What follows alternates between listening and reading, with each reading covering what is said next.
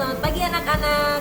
Hari ini Bu Rahel mau ajak anak-anak untuk melakukan beberapa percobaan untuk mengetahui sifat-sifat benda cair. Siap ya?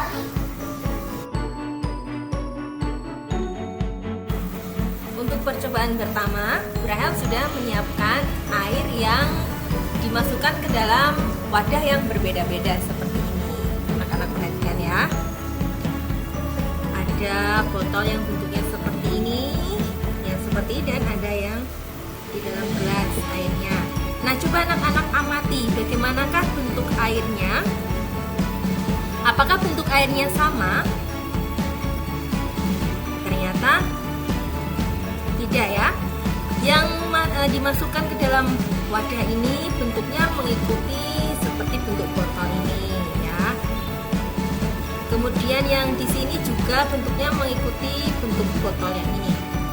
Demikian juga yang dimasukkan ke dalam gelas, bentuk airnya mengikuti bentuk gelasnya. Jadi kesimpulannya apa anak-anak? Salah satu ciri air yaitu atau benda cair ya, ciri benda cair yaitu bentuknya selalu mengikuti wadahnya. Jadi kalau dimasukkan ke dalam wadah seperti ini, bentuknya akan menjadi seperti ini. Kalau di dalam gelas yang begini, dia juga akan mengikuti bentuk gelasnya. Oke anak-anak, sudah mengerti? Bentuk benda cair selalu mengikuti bentuk wadahnya.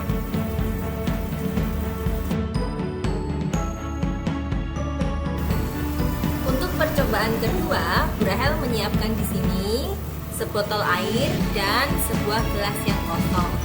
Bu Rahel akan menuangkan air dari dalam botol ini ke dalam gelas. Perhatikan ya.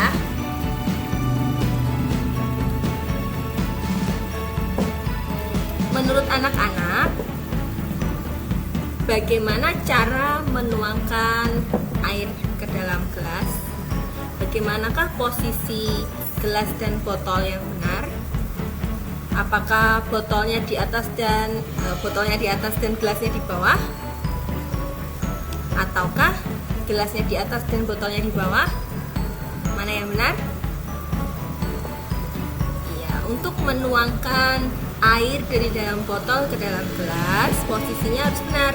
Gelas berada di bawah dan botol yang berada di atas, sehingga airnya bisa dialirkan ke dalam gelas. Nah, bagaimana kalau botolnya yang di bawah dan gelasnya yang di atas?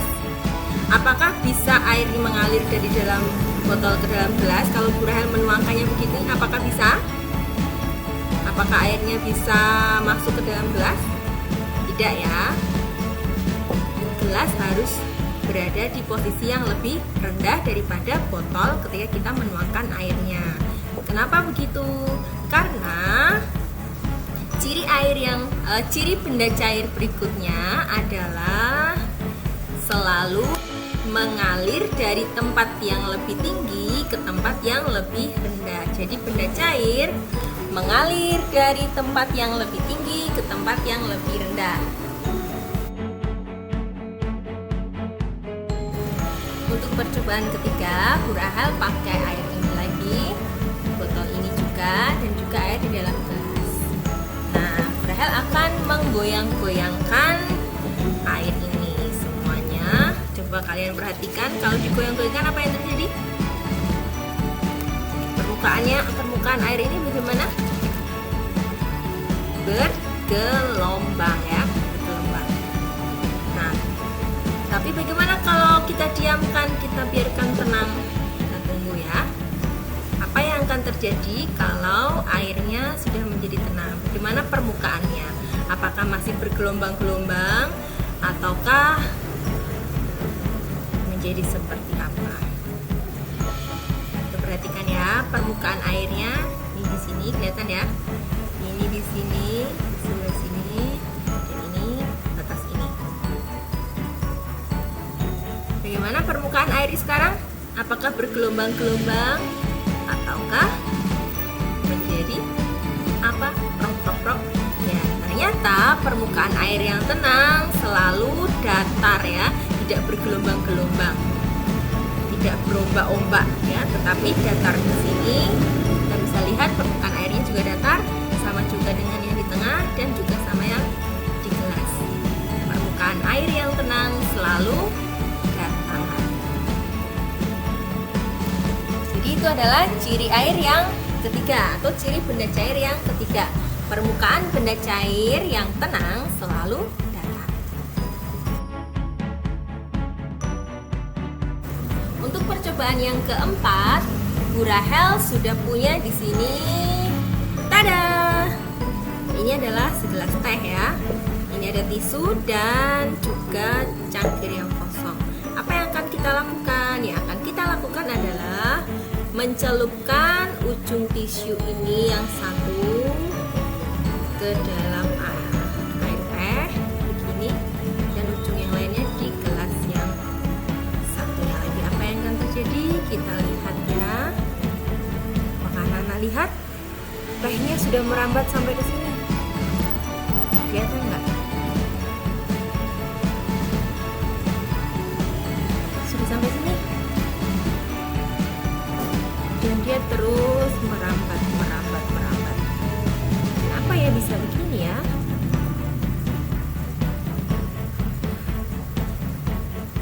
Sudah sampai sini. Apakah dia akan terus merambat? Iya anak-anak, air tehnya terus merambat. Coba perhatikan di sini ya. Sudah sampai di sini. Ini dia. Jadi Bu Rahel kasih warna supaya agak kelihatan, tapi ternyata warnanya tetap tipis-tipis ya, tidak terlalu kelihatan. Sudah sampai manakah? Sudah sampai di sini. Apa artinya ini? Kan yang dicelup cuman di sebelah sini. Kenapa bisa basah-basah sampai di sebelah sini? Kenapa airnya bisa merambat ke sini? Coba ada yang tahu jawabannya? Tahu jawabannya? Sudah sampai sini tuh.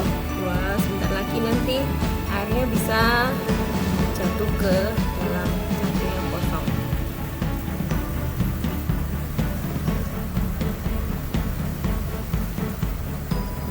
Ya.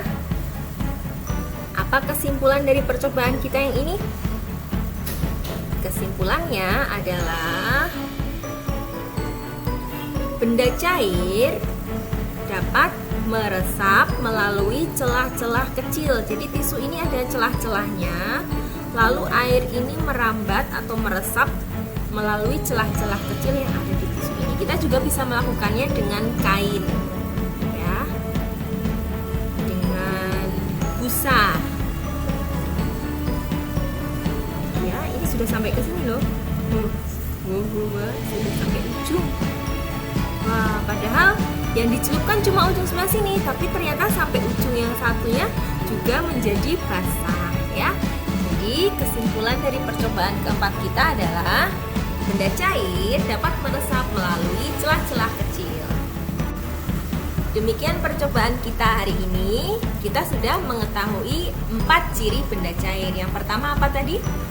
Benda cair selalu mengikuti bentuk wadahnya. Jadi bentuknya berubah-ubah mengikuti bentuk wadahnya.